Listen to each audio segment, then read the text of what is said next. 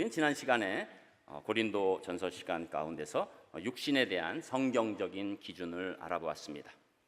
이 고린도 전서는 사도 바울이 고린도 교회를 떠나 있을 때 고린도 교회에 문제가 생겼고 그 문제에 대해서 편지를 받고 해결책을 주었던 것이죠. 그 당면하고 있던 문제는 다른 것이 아니라 누구파 하면서 교회 분쟁이 있었고 또 음행을 비롯한 도덕적인 무질서에 대해서 질문이 있었을 때 거기에 대해서 단호하게 책망과 훈계를 사도 바울이 하게 되는 것이죠.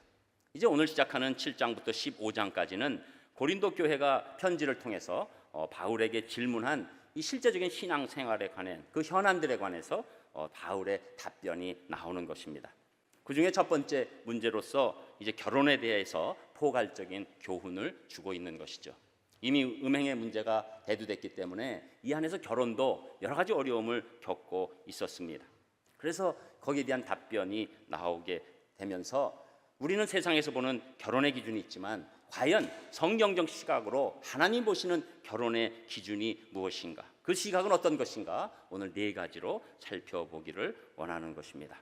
자, 그래서 이 성경적 시각 첫 번째는 결혼은 하나님이 짝지어 주신 것이므로 나눌 수 없다. 그 말씀으로 시작하고 있는데 그 말씀이 10절, 11절에 나옵니다. 우리 10절, 11절 여러분 읽으셨지만 또 한번 같이 읽겠습니다. 10절 시작.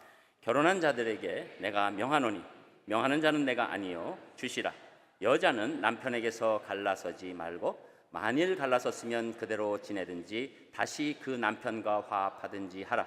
남편도 아내를 버리지 말라. 아멘. 이 고린도전서는 사실 이 설교하기가 굉장히 벅찬 말씀이에요. 우리가 다뤘을 때 여러 가지 힘든 부분들의 그 얘기가 실제로 우리 성도님들에게 어렵게 다가올 수 있기 때문입니다. 그래서 오늘도 굉장히 이 만만치 않은 내용을 다루지만 우리가 꼭 하나님의 뜻이 무엇인가에 대해서 세상은 다 이렇게 얘기하고 있어도 하나님은 분명히 결혼에 대해서 이렇게 얘기하고 있다는 것을 우리가 알아야 되기 때문에 이 말씀을 나누게 되는 것이죠. 10절 11절의 이 말씀은 한마디로 이혼 금지 명령입니다. 특별히 사도 바울은 믿는 자끼리 결혼한 부부에 이혼은 절대로 될 수 없다고 생각하는 것이죠. 이것은 자기가 지금 얘기하는 것이 아니라 이것은 분명히 주님의 명령이다. 이렇게 아예 딱 단서를 달고 있습니다. 우리가 말씀을 보면 구약의 하나님께서는 특별히 말라기서 2장 16절에 보면 이스라엘의 하나님 여호와가 이르노니 나는 이혼하는 것과 학대로 옷을 가리우는 자를 미워하노라. 만군의 여호와의 말이니라. 그러므로 너희 심령을 삼가 지켜 괴사를 행치 말지니라. 이렇게 말씀하셨어요. 하나님은 이혼하는 사람을 미워하시는 것이 아니라 이혼이라는 행위를 미워하신다는 거예요. 이혼이라는 생각과 행위는 하나님을 불쾌하게 만드는 거라는 거죠. 왜냐하면 이미 창세기 2장 24절에 보면 이러므로 남자가 부모를 떠나 그의 아내와 합하여 둘이 한 몸을 이룰지로다. 사람이 하나님으로부터 창조되고 남자와 여자가 생기면 무조건 꼭 결혼해서 한 몸을 이루고 그 명령이에요. 그리고 스스로 갈라서는 이혼의 행동 당연히 하나님께서 미워하신다. 이렇게 말씀하시는 거죠. 그렇기 때문에 우선 성도는 특별한 경우 즉 하나님을 위해서 자신을 바치겠다는 서원과 동시에 성적인 욕망으로부터 스스로를 지킬 수 있는 사람만이 결혼을 하지 않고 혼자 살 수 있는 권한이 있는 거예요. 나머지는 무조건 결혼해야 된다 이 말입니다. 그 외에 모든 사람은 결혼하거나 또 어떤 분들은 저는 하려고 하는데 안 되는데요. 그럼 결혼하기는 노력을 하라는 겁니다. 미안한 얘기지만 예수님도 마태복음 19장 4절에서 6절에 보면 예수께서 대답하여 가라사대 사람을 지으시니가 본래 저희를 남자와 여자로 만드시고 말씀하시기를 이러므로 사람이 그 부모를 떠나서 아내에게 합하여 그 둘이 한 몸이 될지니라 하신 것을 읽지 못하였느냐. 이러한즉 이제 둘이 아니요 한 몸이니 그러므로 하나님이 짝지어 주신 것을 사람이 나누지 못할지니라 하시니 이렇게 말씀하신 거예요. 주님은 결혼의 유일성과 영속성에 관해서 강조하신 거죠. 한번 결혼한 것은 사람이 나누지 못한다 이렇게 말씀하는 것이죠. 결혼이란 단순히 한 남자와 한 여자가 만나서 이루어진 사건을 넘어서서 하나님이 개입된 하나님이 짝지어 주신 하나님의 섭리가 임하게 된다는 겁니다. 그리고 유일한 예외는 마태복음 19장 9절에 있는 내가 너에게 말하노니 누구든지 음행한 연고 외에 아내를 내어버리고 다른 데 장가드는 자는 간음함이라 이렇게 말씀합니다. 즉 배우자의 부정행위 외에는 이혼이 허락되지 않는다. 그래서 성경은 이혼은 하지 말아야 되고 분명히 죄다 이렇게 말씀하는 거죠. 세상에서는 이혼은 선택이지만 성경에서는 죄라고 분명히 말씀하십니다. 여러분 지금 벌써 불편하신 분들이 있죠. 사실 우리 교회 안에도 우리 전체적으로 이혼하신 분이 있잖아요. 우리는 여기에 대해서 어떻게 얘기해야 될까요? 여러분 교회는 이것을 어떻게 바라봐야 할까요? 여러분 교회는 이 이혼에 대해서 두 가지 책임이 있어요. 첫 번째 책임은 예언적 책임입니다. 하나님의 말씀 그대로 여러분들에게 알려드리는 거예요. 하나님의 기준을 알게 하는 겁니다. 그래서 하나님이 이혼하는 사람을 미워하시는 게 아니라 이혼 자체를 미워하신다. 이거를 우리가 알게 해드리고 그 표준을 여러분이 알게 해드리고 거기서 생활을 최선을 다하도록 권면하는 것이죠. 두 번째 교회는 목회적인 책임이 있습니다. 이것은 이미 이혼하신 분들, 이혼한 사건을 통해서 이혼을 올바르게 바라보게 하는 동시에 이들이 경험한 마음의 상처를 치유하고 이들을 따뜻하게 돌봐야 한다는 이 교회의 치유적 책임, 그것이 있는 거죠. 이게 충돌하죠. 여기에 균형이 안 잡히면 충돌하게 됩니다. 만약에 이혼을 이 목회적인 책임 없이 예언적인 책임만 가지고 선포하고 계속해서 거기에 관해서만 얘기하게 되면 이것은 아주 정제적이고 바리새적인 그런 교회의 모습을 띠게 됩니다. 또 이 예언적인 책임은 무시하고 목회적인 책임, 이혼했으니 어떡하냐, 그리고 또 따져보면 다 이혼할 만한 이유가 있다, 배우자가 오죽했으면 그랬냐, 그러면서 거기에 힘써서 이분들의 상처를 싸매주고 거기에만 집중하게 되면 잘못하면 이혼을 무의식적으로 장려하게 되는 분위기가 될 수 있다는 것입니다. 저는 여러분들이 성경의 진심을 알아주시기를 바랍니다. 이혼이 우리 성도들에게 도움이 안 되는 일이니까 말씀하시나, 여러분 우리가 하나님이 우리에게 도움이 되도록 죄악 가운데 빠지지 말라고 하는 것이 한두 가지입니까? 그런데 우리가 한두 가지 죄악을 범합니까? 범했을 때 하나님의 용서가 있고 그 가운데 내가 결혼을 바라보는 온전한 자세가 있다는 그 사랑의 마음이 여러분 마음 가운데 들어가시기를 주님의 이름으로 축복합니다. 두 번째, 결혼에 대한 이 성경적 시각은 불신 배우자도 하나님이 짝지어 주신 것으로 인정해야 한다. 그 말씀이 12절 13절에 나오는 것이죠. 12절 13절 또 우리 같이 읽겠습니다. 시작. 그 나머지 사람들에게 내가 말하노니 이는 주의 명령이 아니라 만일 어떤 형제에게 믿지 아니하는 아내가 있어 남편과 함께 살기를 좋아하거든 그를 버리지 말며, 어떤 여자에게 믿지 아니하는 남편이 있어 아내와 함께 살기를 좋아하거든 그 남편을 버리지 말라. 아멘. 고린도 교인들은 지금 결혼에 대한 소중함이 아예 느껴지지 않은 상황에서 이제 신앙을 갖게 되니까 자기 배우자가 믿지 않는 것에 대해서 불만이 컸어요. 그러다 보니까 내가 과연 이 사람이랑 살아야 되나, 그런 생각이 많아진 거죠. 또 그것도 신앙의 이름으로 내가 이 사람이랑 이렇게 해서 신앙생활 끝까지 할 수 있을까, 이렇게 하면 갈라서 하는 게 낫지 않을까, 이런 생각들에 많이 잠겨 있었기 때문에 이 질문을 한 겁니다. 그러나 지금 사도 바울은 불신 배우자를 둔 성도들, 이 불신 배우자를 둔 성도라는 것은 자기가 결혼할 때 자기는 믿고 불신했던 배우자도 있지만 결혼하고 난 다음에 자기가 믿게 됐는데 배우자는 그대로 있는 그 상황도 같이 얘기하는 것이죠. 그랬을 때 절대로 버리지 말라, 이렇게 얘기하는 겁니다. 성도는 불신 배우자도 하나님이 짝지어 주신 것으로 믿고 그 배우자에게 이혼을 요구해서는 안 된다, 이렇게 얘기하고 있는 것입니다. 음행에 연고 없이 배우자가 불신자라는 이유만으로 이혼하게 되면 이것은 예수님에 의하면 둘 다 간음죄를 벌인 것이다. 주님께서는 마가복음 10장 11절에 보면 누구든지 그 아내를 버리고 다른 데에 장가드는 자는 본처에게 간음을 행하며 또 아내가 남편을 버리고 다른 데로 시집가면 간음을 행함이니라, 이렇게 말씀합니다. 그러므로 그리스도인들은 할 수만 있으면 물론 믿는 사람들끼리 결혼하는 게 좋지요. 그러나 어쩌다 불신자와 결혼했거나 또 처음에 둘 다 불신자였지만 한 편만 믿게 된 경우라도 상대 배우자를 하나님이 짝지어 주신 배필로 인정하고 귀하게 여겨야 되는 게, 그것이 성경의 뜻입니다. 사실 이 믿음의 가정에서 어려운 일들이 일어나요. 자녀가 이 믿지 않는 사람 불신자와 결혼하겠다고 하는 경우가 생기죠. 뭐 아예 믿는 줄 알았더니 믿는 부모가 의도적으로 신앙 안 따지고 불신자 중에서 나름 유력하다고 생각하는데 보내는 분도 봤어요. 황당하지요. 그러나 어쨌거나 자녀가 먼저 믿지 않는 사람과 사랑에 빠져서 결혼하겠다고 하지요. 그럼 믿는 부모로서 반대하지요.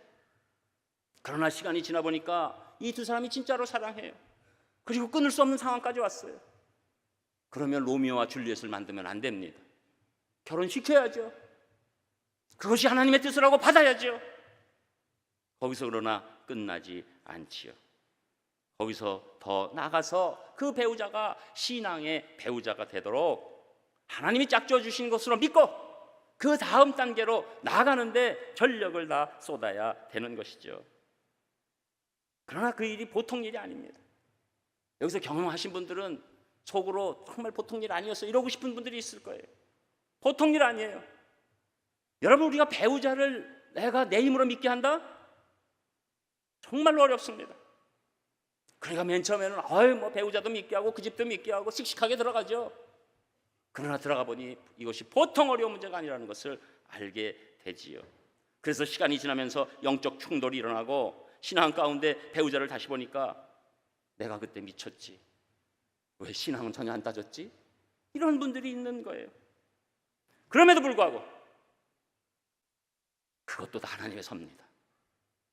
내가 눈에 딴 걸로 씌워도 하나님께서 인도하신 배우자다, 그것을 믿는 것이 하나님의 뜻이라는 겁니다. 여러분, 그러니까 이 모양 저 모양 우리가 다 만났어도 배우자는 하나님 안에서 만났다, 그것을 믿으시기를 주님의 이름으로 축복합니다. 역시 씩씩하진 못하시군요. 오늘처럼 이렇게 심각한 분위기는 처음 봤어요. 이게 중간에 나가실 때도 조심하셔야 됩니다. 왜냐하면 여기에 이게 배치돼서 나가신가 막 이렇게 돼가지고.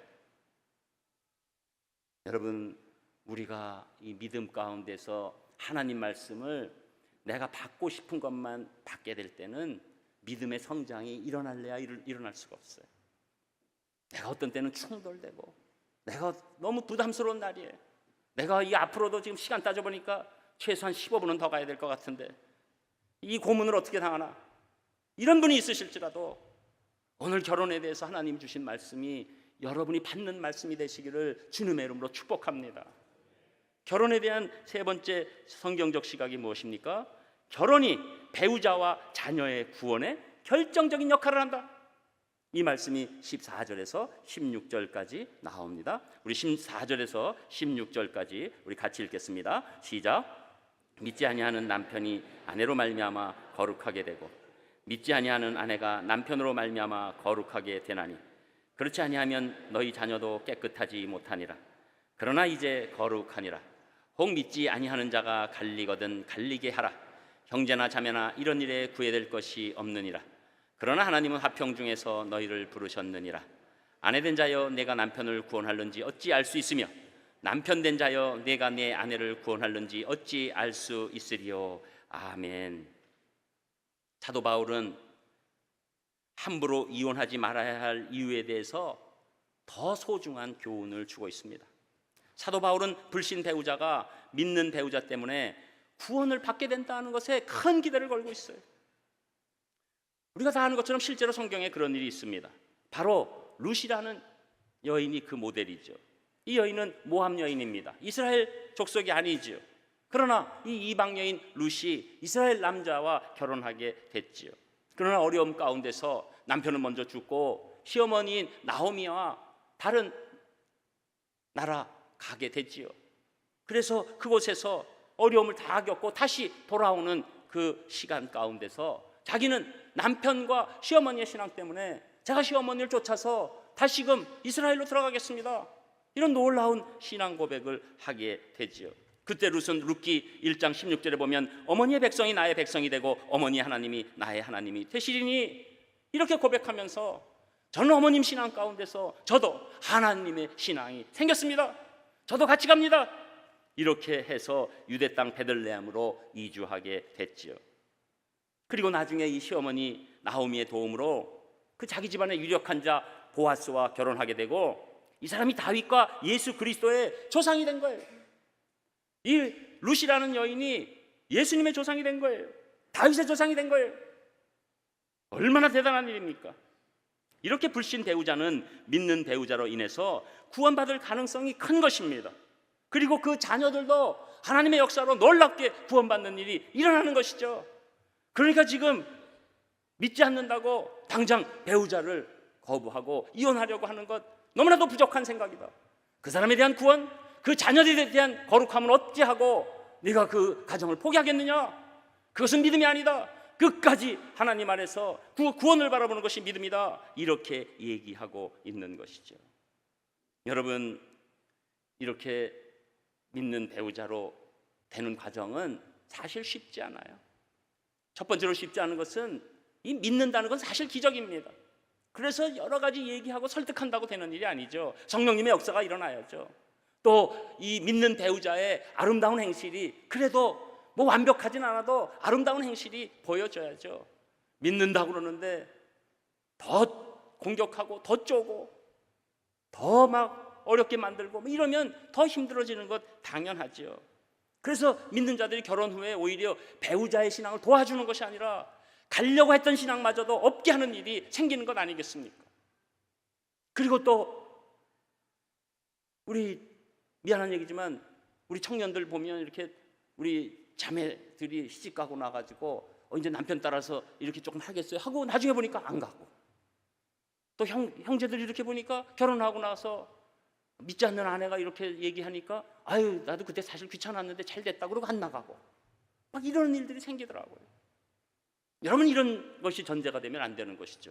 우리가 배우자의 구원을 위해서 끝까지 부족해도 아름다운 행실 가운데서 그 배우자의 구원을 향해서 끊임없는 기도와 내 부족해도 아름다운 행실로 연결하려고 하는 그런 열심이, 그런 기도가, 그런 하나님 앞에 드림이 있어야 되는 것이죠. 결국 이 믿음의 배우자가 많은 희생과 양보를 통해서 기도하면서 나아가면 그 배우자가 꼭 구원을 받게 된다, 그런 믿음을 가지라는 거예요. 저는 그런 일들을 많이 봅니다. 도저히 믿을 것 같지 않은 분이 그 구원이 많은 거예요. 부인이 하도 교회 열심히 다니니까 도대체 이게 무슨 짓을 하나 해가지고 어느 날 살짝 돌아와서 보니까 그날 마침 또 부흥회였어요. 주야 뭐 성령님하고 소리 지르고 그러니까 야 이거 우리 부인 미쳤구나. 그리고서는 그냥 갖고 있던 성경책을 쓰레기통에다 버린 분이 있지요. 그러나 그 다음에 점점 하나님의 역사가 일어나면서 그게 계기가 돼서 오히려 하나님 앞에 놀라운 신앙인이 되는 것, 오히려 아내보다도 더 좋은 신앙의 남편이 되는 것을 저는 보았습니다. 오히려 부인이 그 다음에 요새 우리 남편 너무 심하게 믿는 것 같아. 여러분, 아무도 알 수 없습니다. 하나님의 구원의 방편은 놀라운 역사예요.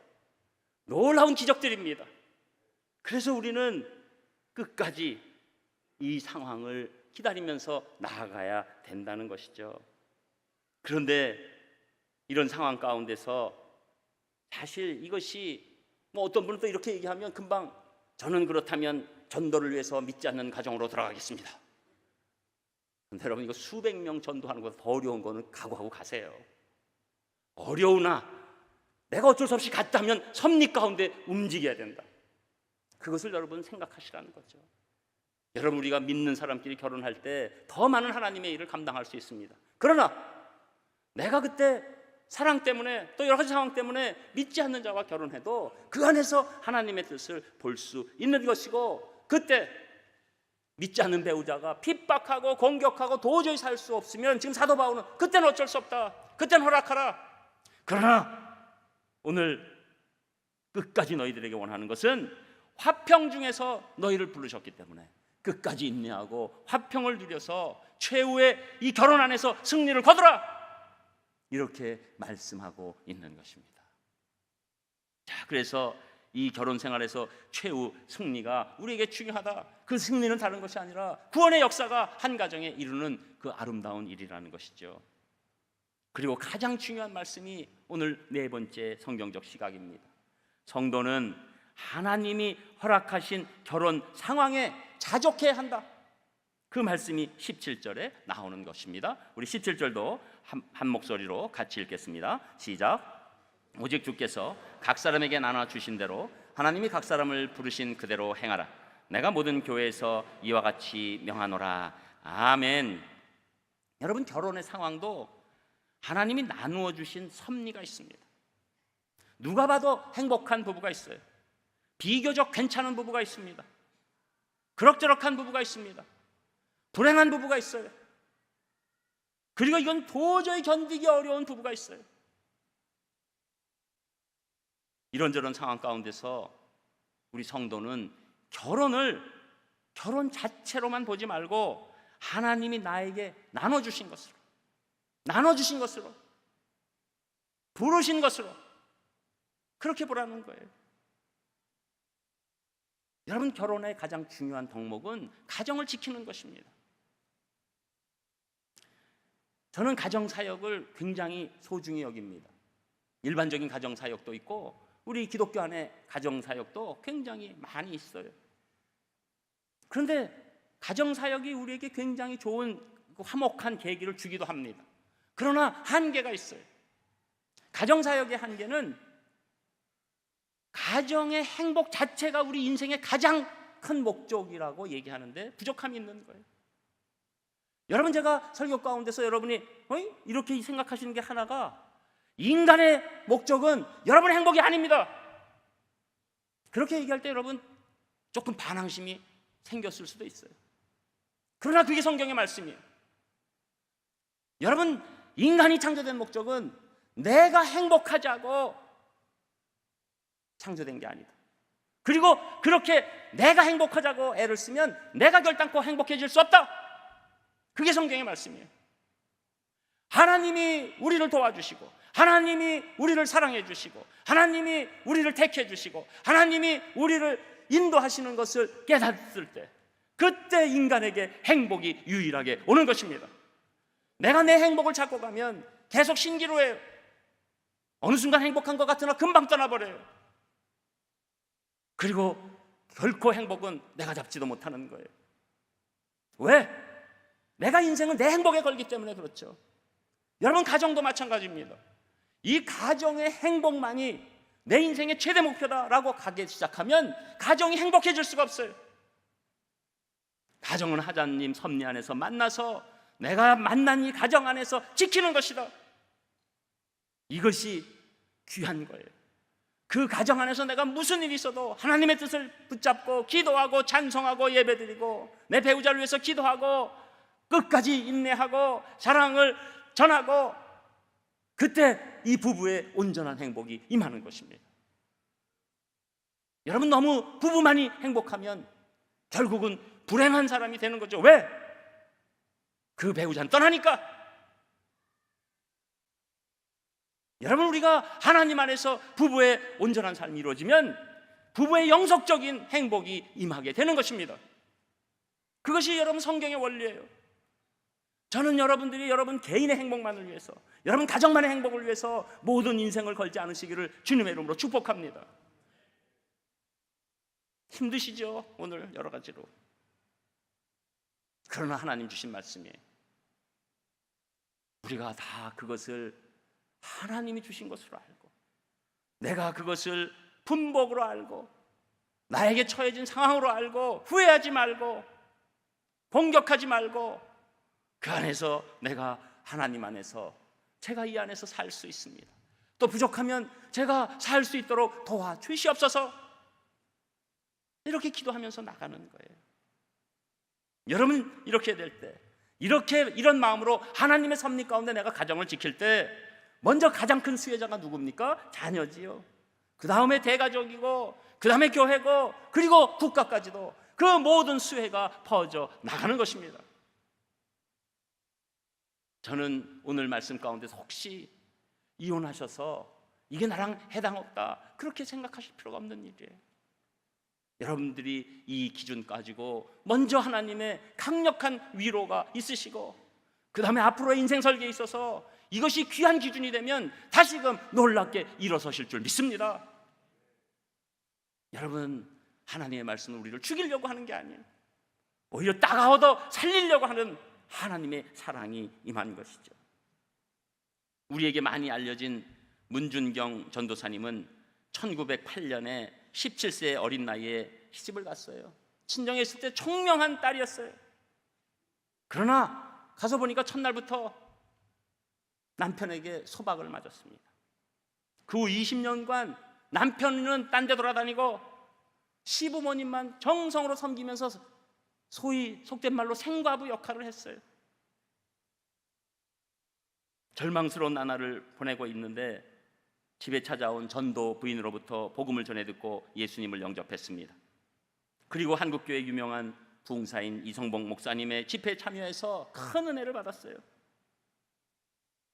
이 여인에게 결혼해도 전혀 차라리 남편이 깨끗이 없는 게 낫죠.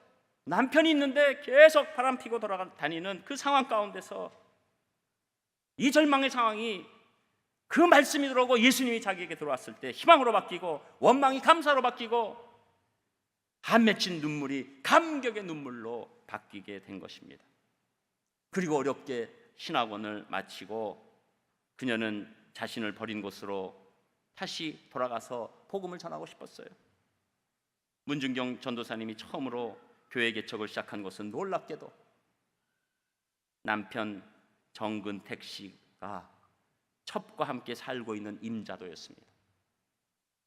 여러분, 이런 일 하면 이렇게 100년이 지났는데 자기 이름이 불려질 줄 알고 무서워하시길 바랍니다. 남편 정근택 씨. 제가 그냥 남편 해도 되잖아요.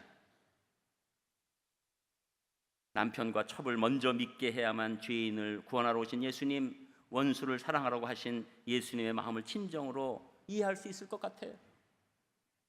그러나 이 남편과 첩은 그녀가 앙심을 품고 일부러 임자도에 들어와 그런 일을 벌인다고 생각했고, 오히려 교회 개척을 방해했습니다. 결국은 안 되니까 다른 사람들 전도하고 이곳저곳 섬들, 특별히 신안 증도를 천국의 섬으로 바꿔놨어요. 문준경 기념관 시간 나면 가보세요. 그래서 문준경 전도사님은 이런 신앙으로 놀라운 하나님의 일을 하다가, 아마 이 우리나라에서 이 문준경 전도사님보다 더 여성 사역적에서 훌륭한 일 한 분 없습니다. 가장 강력한 사역을 발휘했던 놀라운 분, 그리고 그의 후학들은 놀라운 믿음의 사람들이 돼서 대한민국을 복음화시키는데 결정적인 역할을 한 사람, 이름을 다 대기도 어려운 수많은 사람이 그 밑에 복음을 듣고 변화된 것이죠. 결국 1950년 6.25 때 죽창과 총으로 무장한 공산군에 의해서 순교하셨죠. 여러분, 가장 비참한 결혼조차도 하나님께서 사용하셨습니다. 우리는 거기에 소망이 있습니다. 가장 비참한 인생이라고 누가 정죄하더라도 하나님 손에 잡히면 가장 크게 사용될 줄 믿습니다. 어떤 가정이라도, 어떤 개인이라도, 저는 우리가 하나님 손에 잡히면 오히려 우리의 아픔이 하나님의 역사로 바뀔 줄 믿습니다. 여러분이 그런 마음으로 모든 우리의 결혼과 가정과 자녀와 내 상태를 바라보시면서 오늘 꺾이는 것이 아니라 하나님으로부터 강력한 힘을 받으시는 귀한 성도님들 되시기를 주님의 이름으로 축복합니다. 기도하겠습니다. 하나님 아버지, 감사를 드립니다. 오늘 사도 바울의 간절한 권면을 받습니다. 결혼에 대한 성경적인 시각을 바라봅니다. 저희들 인생을 바라볼 때 내 행복만을 위해서 살지 않게 하시고, 그 가정이 가정만의 행복만을 위해서 내가 견딜 수 있다, 그렇지 않으면 난 참을 수 없다고 하지 말고 하나님께 의지하고 나갈 수 있도록 인도하여 주시옵소서. 예수님 이름으로 기도합니다. 아멘. 평생에 단 한 가지 소원